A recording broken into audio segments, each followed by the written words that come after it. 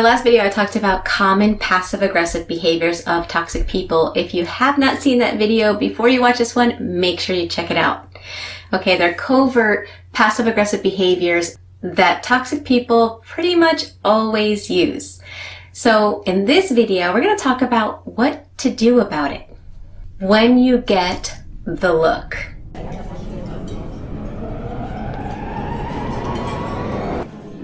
Rather than going up in your head, getting hypervigilant, doubting yourself, wondering if there's something you did, you observe without absorbing what they're doing. You notice that that's the passive-aggressive behavior of the look. You now have a name for it.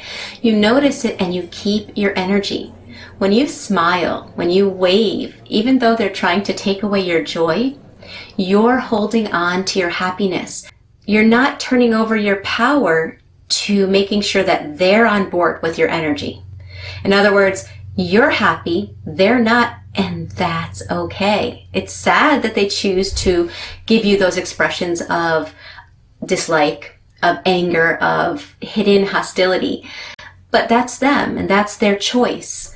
And you have the choice to hold on to your positive energy. This is so valuable, not only because it helps you to stay happy inside, but it also helps you to stop giving fuel to the narcissist smear campaign. Yes, the smear campaign happens long before you even leave the narcissist.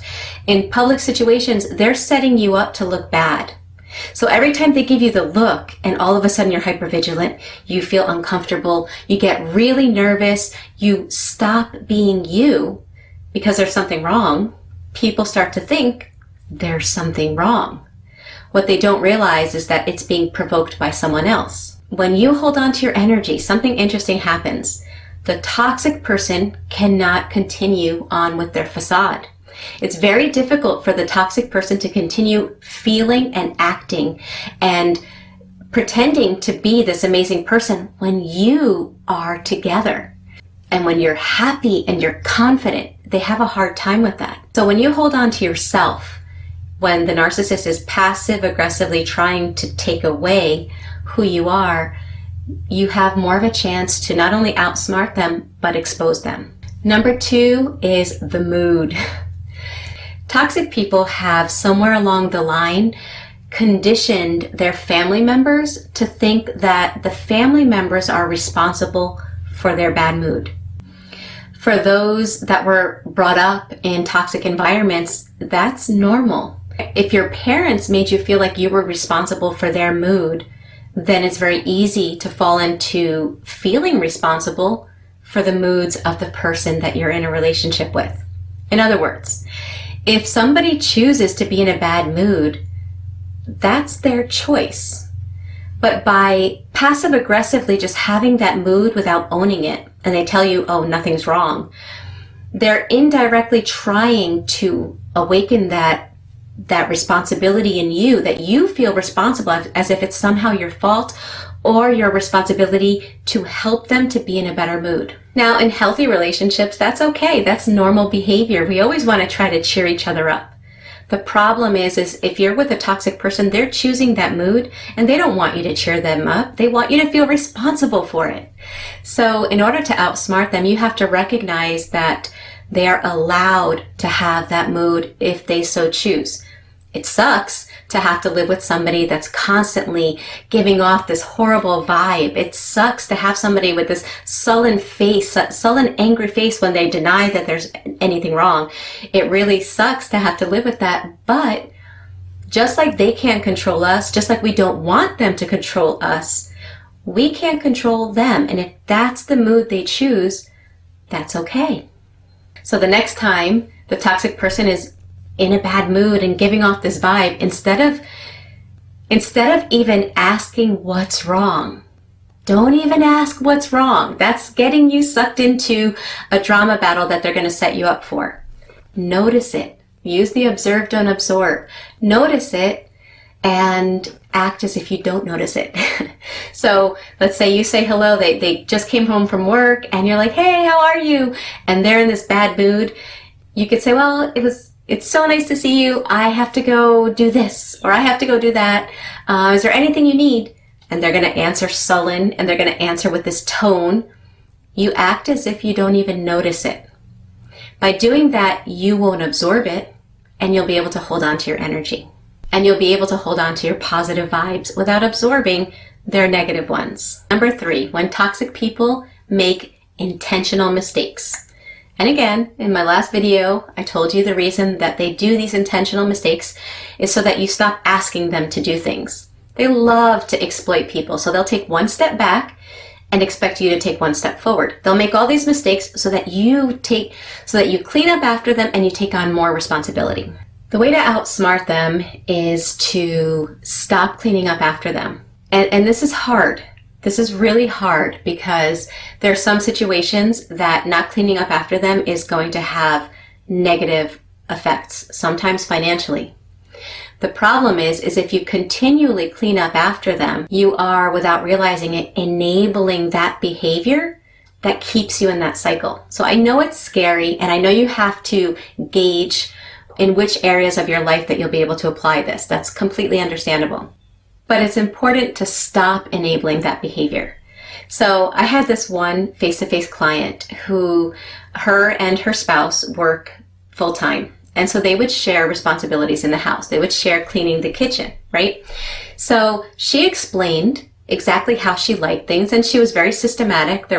Everything had a home, everything had a place, and there was a clear way of how she liked having things done. She would tell me that it was almost as if he would intentionally do everything wrong, either to frustrate her or to force her to have to give time to fixing everything he did, which caused frustration on top of that. And this is where we start to realize that accidental mistakes are very different from intentional mistakes. When somebody is intentionally doing things wrong, it's like you can tell.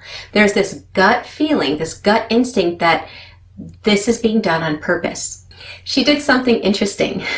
She used reverse psychology, which works amazing with toxic people. When you tell them, I would love this, this, and this to happen, they do the opposite. So she used her understanding of the fact that he is a very competitive person and likes to always be looked at as the best in everything, right? Even if he wasn't, he'd like to be looked at and viewed that way. So she said that her 2 friends had a contest on whose husband could make the kitchen, maintain the kitchen for 30 days in a certain way, who won. And she was just bragging about that one friend's husband and how amazing he did it and how he was able to do this, that, and the other thing. She said the next time that he had to clean the kitchen, she couldn't believe how perfect it was. And it was exactly what she had been asking him to do for years.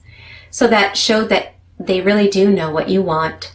And yes, they intentionally make mistakes to frustrate you. So finding ways to get them to act in ways that are beneficial in the house can be very helpful. So that face-to-face client gave a good strategy that helped. So sometimes we have to find a strategy to get things done the correct way, but it's worth it. And if nothing else, it stops us from enabling toxic behavior. 5 is gossip. The best way to handle gossip is, I know you're thinking it, don't ever get involved in it.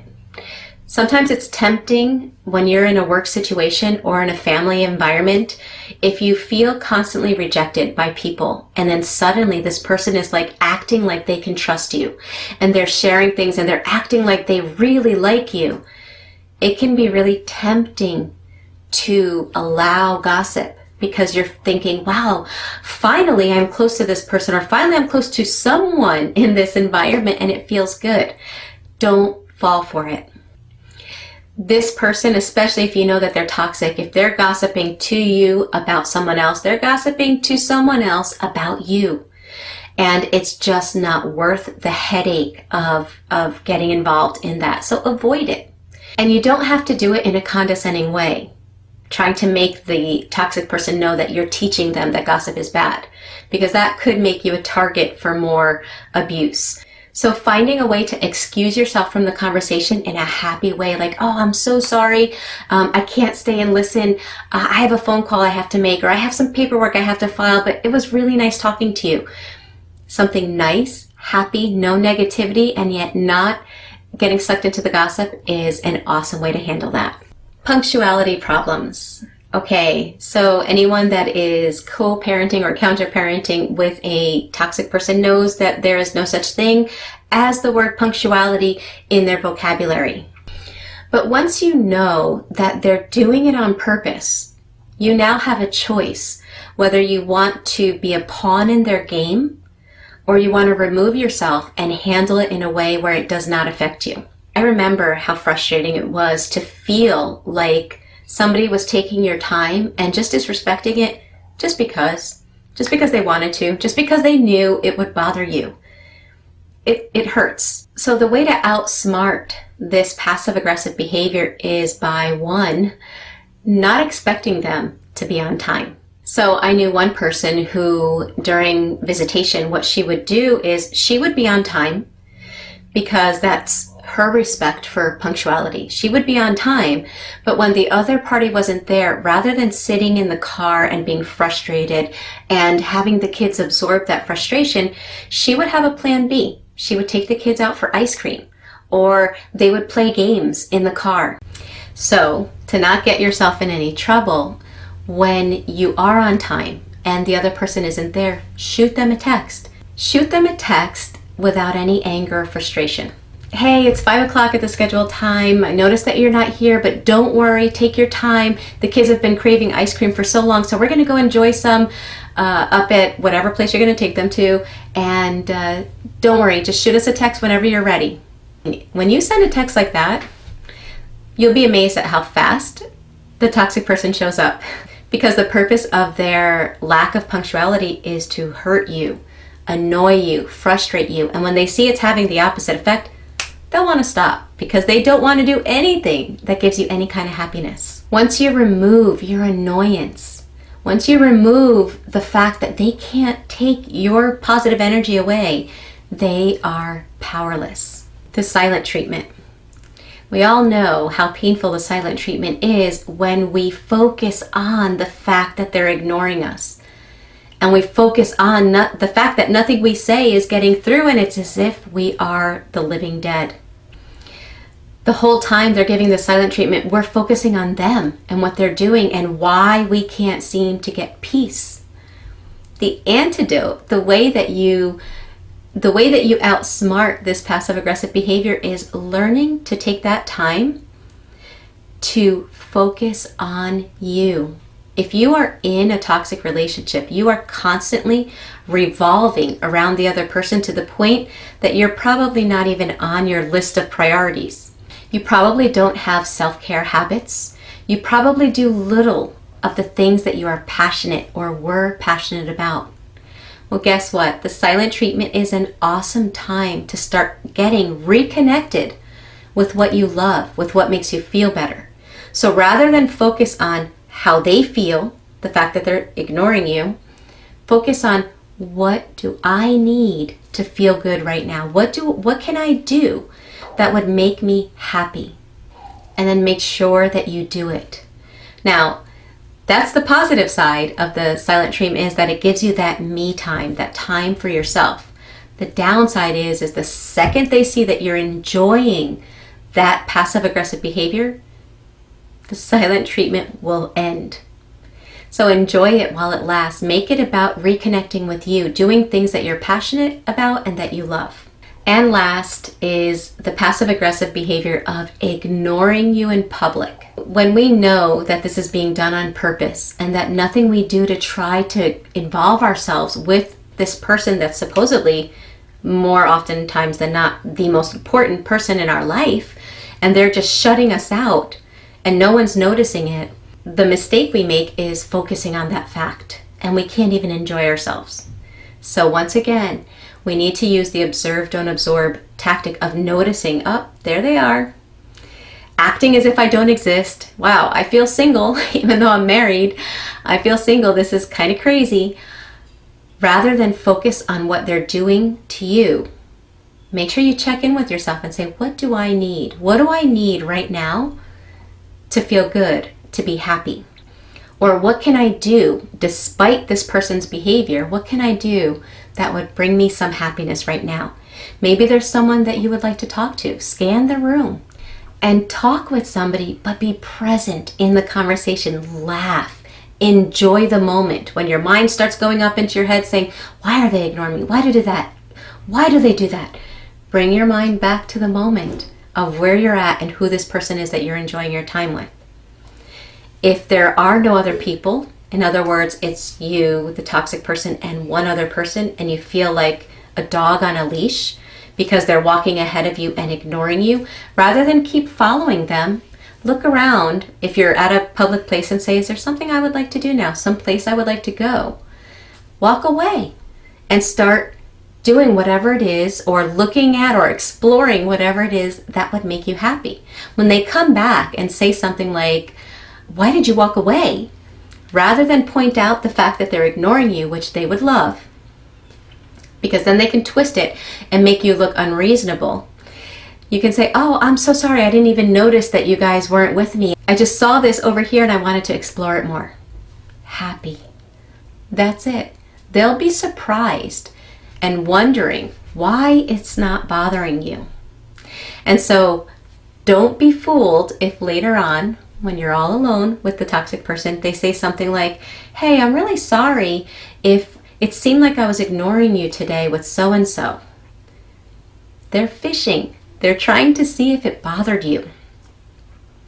If you say something like, yeah, that was kind of rude, but I found something else to do that I liked anyway, so oh well. They will love it if you say that, because in their mind they'll say, they're acting like she's happy, but look, it really still does bother him or her. So you never want to reveal that it hurt you. You can say something like, I didn't even notice. No, I was having such a good time. Trust me, this is why it takes us so long to begin to put into practice these new ways of behavior. Okay? And it's because, one, these are behaviors that you wouldn't engage in with a healthy individual. With a healthy individual, you would say, yes, that did hurt my feelings. But you cannot do that with toxic people. When we tell toxic people what hurts us, they do it more. And when we expose that, they covertly hide it, but continue to do it. So that's why putting into practice these ways of outsmarting toxic behavior, that's why it takes us so long to understand them and to start using them, is because it goes against everything that we would want in a relationship. The problem is that there's a truth pill that needs to be swallowed, and that's the fact that this person is toxic and cannot and will not treat you in a relationship as if they are not toxic. Once we realize that, that's when we start putting these behaviors into practice, and what happens is we begin to feel empowered instead of helpless. Narcissists love to make you feel helpless and as if it's your fault. Again, these are behaviors that you would put into practice in a toxic relationship, not a healthy relationship. Keep that in mind and try them. If you're in a toxic relationship, I would love to hear which behaviors you're putting into practice and how they're helping you to feel more empowered in the comment section below.